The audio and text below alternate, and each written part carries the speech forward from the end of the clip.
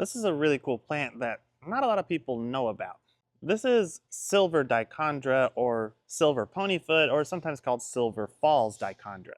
And it's actually a native ground cover that can be used in containers and ornamental flower beds as well. So this plant is native to the southwestern United States, including New Mexico and Texas. It's very, very low growing, so it only gets about 4 inches tall at the most and it spreads. But what's really cool about it is how it trails out of containers and pots. It can grow up to 4 feet long or longer and it hangs almost straight down, which is a really cool effect because people are using this to spill out of containers or they're using it in hanging baskets, and it just gives you that waterfall type effect with the foliage. It's also tolerant of sun or shade, so it's very versatile in the landscape, and there's really not anything like it that gives you that really cool, almost shimmering silver type of leaf.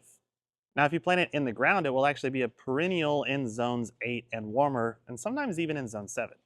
Overall, just a really fun plant to mix into your flower containers or flower beds.